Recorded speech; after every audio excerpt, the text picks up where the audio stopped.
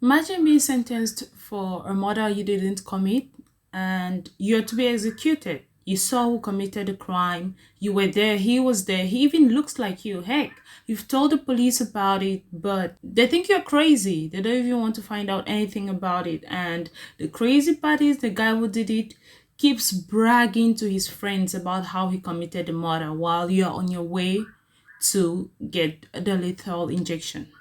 Well, it's packed, so let's unpack it.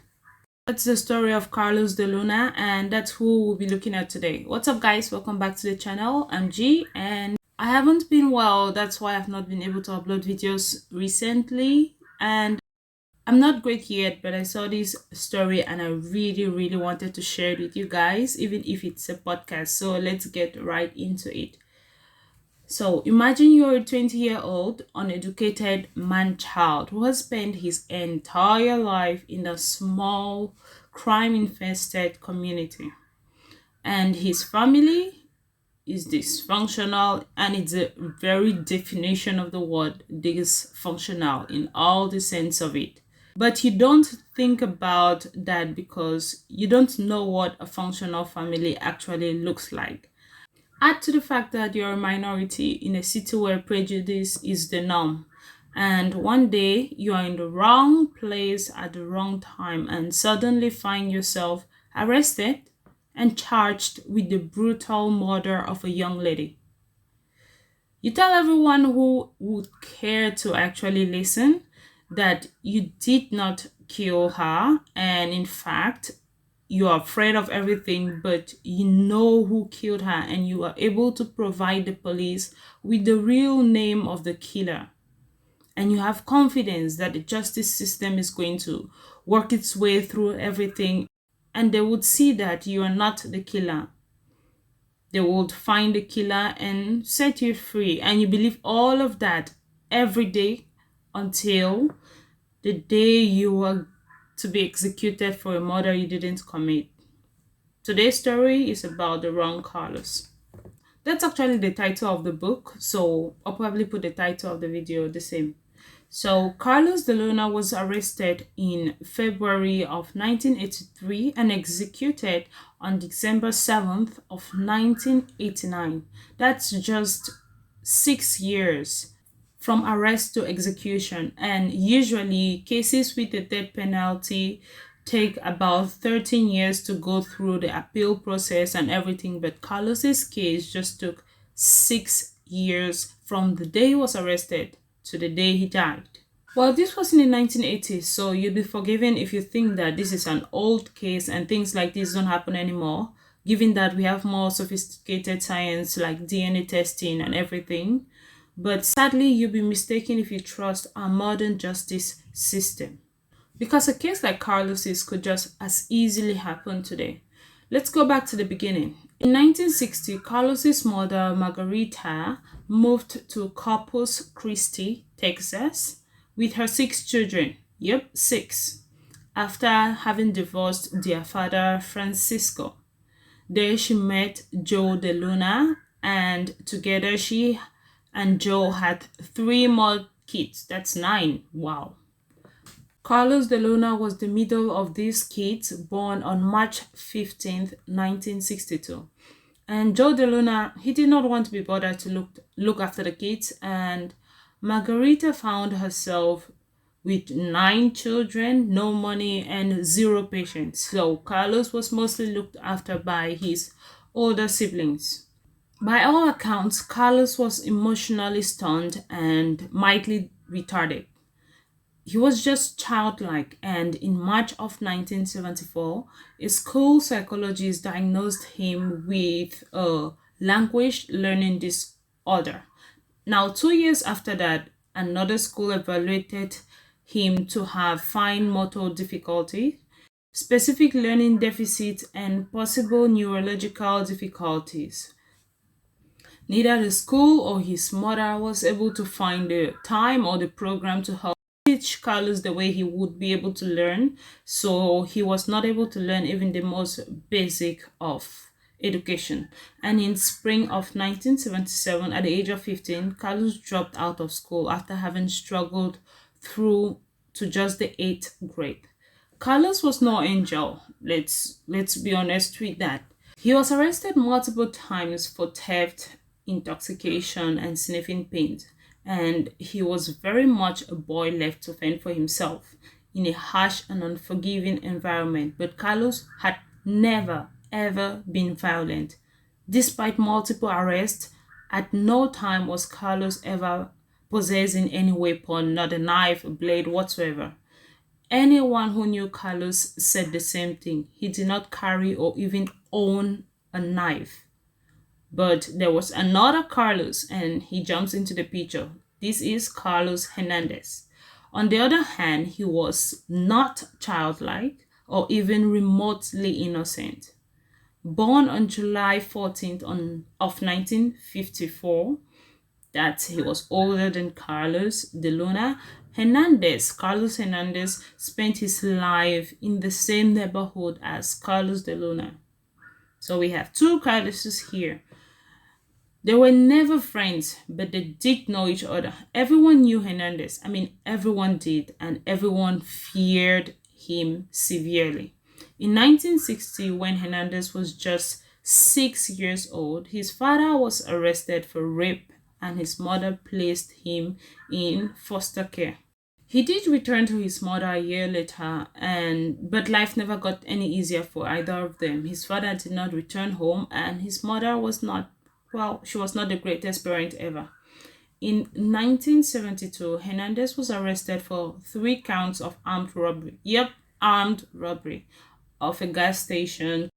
While in the county jail, he was raped by at least one older inmate, and this pushed the already unbalanced man who was prone to violence right over the edge, and like everything just cracked. From then onward, Hernandez always carried a knife. He cultivated a tough guy image, brandishing his knife and bullying people into doing whatever he wanted, whenever he wanted it. Over the following years, Hernandez was arrested multiple times for assault and even on the suspicion of murder. Hernandez always had a specific type of fixed blade knife on him whenever he was arrested. Whenever you saw him, he had this knife on him. And he was also known to be extremely abusive to the women in his life. Despite his reputation, Hernandez always managed to evade any hard prison time. When necessary, he expertly manipulated the justice system, and he did it so often with so much ease. With his history in mind, now you've gotten to know Hernandez and you've gotten to know a little bit about Deluna. Now let's talk about February 1983. Wanda Lopez, a young single mother living in the same neighborhood, was murdered while working the night shift at a gas station. But if I say she was murdered, that is just sugarcoating it. So this lady was actually gutted with a knife, sliced up, dragged about, and beaten, then left for dead. This act was brutal and personal, and this was not a robbery gone bad, because when you rob, you're trying to like hurt the people and get away with what you've robbed, but this was something more personal. And though the homicide detective did their best to make sure that it looked like a robbery gone bad, at the exact time of Wanda's murder, she was on the phone with 911 for the second time. Yep, the second time. The first time she called, she told the dispatcher that a man with a knife was outside the store, and she was afraid. But the dispatcher had refused to help until the man actually did something, which makes sense on both sides. Like, no crime committed. This person might just be a creep hanging around, but also, hey, I'm scared for my life. I don't know what this person is going to do to me. Like, it's just crazy. The dispatcher was like, okay, there's no crime committed. Maybe we should allocate these resources to someone who actually needs help. But then, are you waiting for me to get killed before you send the police over? Because that's exactly what happened. When the man walked into the store, she called again. and this time she was connected to a different dispatcher, and he made her repeat the story all over. He questioned her as if she was a suspect and asked to know all the specifics, which again makes sense because you cannot be sending the police into what they don't know, but like send help over before you're doing all the questions. By the time he had agreed to send help to Wanda, she was already being attacked, and some of her attack was even captured in the 911 call. At this time, if you guess the Carlos who was in the gas station was Carlos Hernandez, then you should be right. At least that's what we believe today. At the time he was deciding to murder Wanda Lopez, Carlos Deluna was standing across the street. He saw what was happening and ran. He was terrified of Hernandez, everybody was, and Carlos was also terrified of the police. So, in his childlike mind, the only thing you should do when you're scared of everyone is just run, which is what he did. Hernandez left Wanda for dead, pushed the door, and he passed a witness who was getting into the store, and he ran in the opposite direction to which Carlos de Luna had run to. The witness who came face to face with Hernandez saw which direction he ran to, but other people passing by the area had seen Carlos de Luna running the opposite direction, and they assumed he was the killer. The police who arrived at the scene had a lot to do with. Some witnesses said they saw him running northbound. Some said he was running eastbound, and some said he was unshaved. The other witness said he was well shaved, and it was just confusing for the police. And within minutes of them being there, they decided to, I don't know, pick their criminal, because after a few minutes, different descriptions, different directions, the police had figured out who their criminal was, and Carlos Deluna became that person when they quickly found him beneath a truck nearby. The poor guy had ran to some truck and was just hiding, trying to keep himself safe. After he was picked up, the police then bullied the reluctant witnesses into participating into a show-up identification. Carlos was driven back to the crime scene, and the witnesses were assured that, yeah, they got their man. So when you're being a witness at a crime scene and the police are like, yeah, we've got him, come and identify him, you already have the idea behind, I don't know, you have this idea at the back of your mind, like they've got him. I'm just supposed to say yeah. And the witnesses were taken to the squad car where the police will shine the flashlight into Carlos's eyes so he cannot see the witnesses, but at least they can see him, and they would have to identify him. And those who were reluctant, like, I'm not sure this was the guy I saw, because there were so many witnesses witnessing two guys running in opposite directions, and so their descriptions were different. Those that were a little bit reluctant to do it, they were, I don't know, I should use the word cursed. You know what? I actually read that when pictures of Carlos de Luna and Carlos Hernandez was taken to people in their neighborhood, younger pictures of them, like when they were younger, no one could tell them apart. So I can imagine how hard it must have been for the witnesses as well as the police to be able to identify their killer in this case. Did you know that eyewitness misidentification is responsible for most of the cases of wrongful convictions?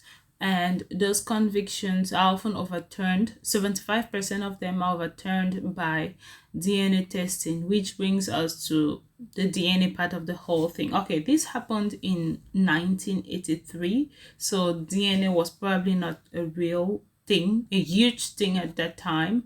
But even if this happened today, would the DNA have been able to save Carlos? The huge answer to that is maybe, because let's look at how this crime scene was handled. As we earlier mentioned, Wanda Lopez's murder was brutal, and there was quite a lot of blood everywhere. There were literal puddles of blood in that store, and the killer had dragged her through it. His bloody footprints tracked along the floor and out to the parking lot. When Carlos Deluna was pulled out from beneath the truck where he was hiding, he did not have a speck of blood on him. None. The police explained this by saying that he had washed it off in a puddle because earlier that day it had been raining. But it had only been raining in the morning, and it must have been 12 or 11 hours since the rain had stopped. So throughout that time, any amount of water that might have gathered in a puddle should have dried off. So where could he have found a puddle that would be full of water and have enough water for him to wash out every trace of blood from his supposedly very bloody body? Also, Carlos Deluna had never been known to carry a knife and had never been violent. His first words to the cops when they found him was, "I didn't do it, but I know who did." Those cops told him to shut up, and even much later, when Carlos finally broke through his fear of Hernandez and gave his name to the police, not one person looked into the possibility that Carlos de Luna was like telling the truth. This despite the fact that Carlos Hernandez was known to carry the exact same knife and had a history of very, very violent behavior.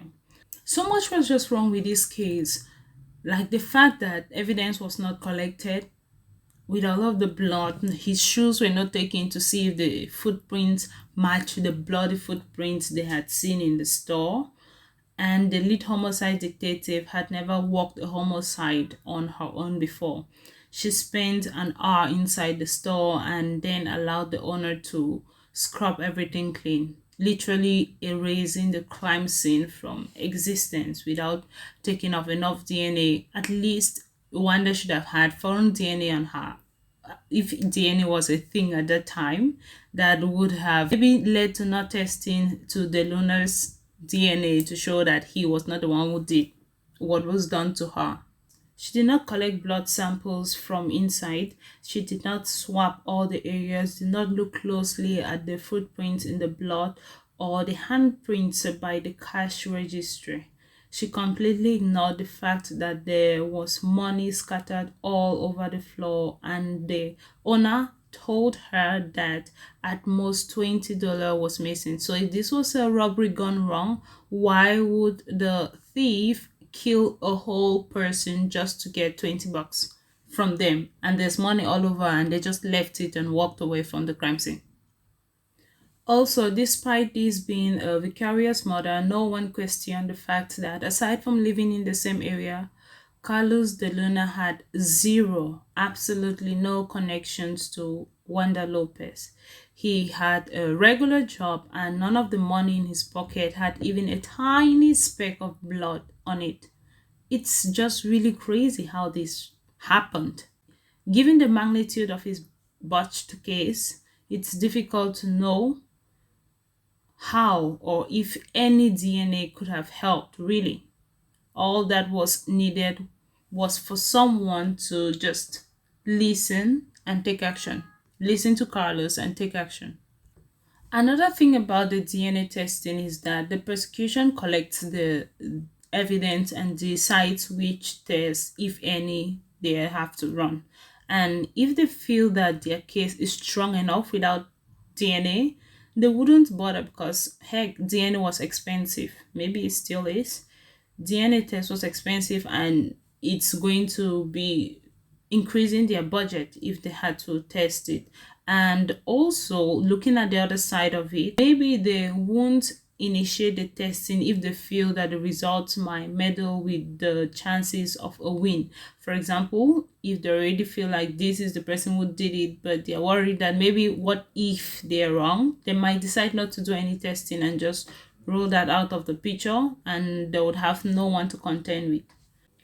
Also, Carlos Deluna was poor, and poor men can afford the private attorneys. They must make do with whichever lawyer they are appointed, and that lawyer has a lot of cases and a very small budget, which is why you would hardly see wealthy people on the death row. Something else that really gets to me was the fact that Carlos Hernandez had been arrested several times, and the fact that the police officers and the detectives on this case were present at the trial and totally ignored Carlos de Luna, and they actually called him a lunatic, or just saying that what he was saying about Carlos Hernandez was a phantom of his own imagination. But they had arrested Carlos Hernandez several times, but they kept saying Carlos was just being crazy and making up this fake person in his mind to try and escape his crimes. Carlos Deluna was pushed through a system that did its best to ignore his innocence, while Carlos Hernandez fell through every crack and blissfully went on to rape and murder again. Carlos Deluna went to the death chamber professing his innocence and pleading for just one person to do his job correctly and find Carlos Hernandez. Even in the moment of his state-sanctioned murder, Carlos de Luna was not offered a shred of dignity. The first of three injections, meant to render Carlos unconscious, failed to do so, and Carlos was conscious when the second paralyzing drug entered his system and began suffocating him to death. This was a really sad case to cover, and what this guy had to go through, especially given the fact that his case was just so bashed and he just deserved better. And it took such a short time to have him convicted and his execution take place. While Carlos Hernandez went on to live his life, continued his career of robbing gas stations and carrying the knife. Further investigation was done after Carlos de Luna was dead, and people, friends of Carlos Hernandez, he had bragged to his friends, at least five of them, at least five witnesses came out saying he had bragged to them, telling them that he had killed this lady at the gas station and his namesake had taken the fall for it, and he was just so cocky about it. Later on, Carlos Hernandez was yet again given a 10-year sentence for the murder of a certain lady, Diana, and he served 19 months of those years before he died from liver cirrhosis in a jail in Texas. I would say serves him right, but he had gone to live a full life of crime long after poor Carlos de Luna had died. After all these investigations, Wanda Lopez's brother says he believes Carlos Hernandez was the true killer of his sister and de Luna was just executed wrongfully. Well, I just know Carlos de Luna deserved better, and that was it for me today. That was today's story. Let me know what you guys think in the comments. Stay safe.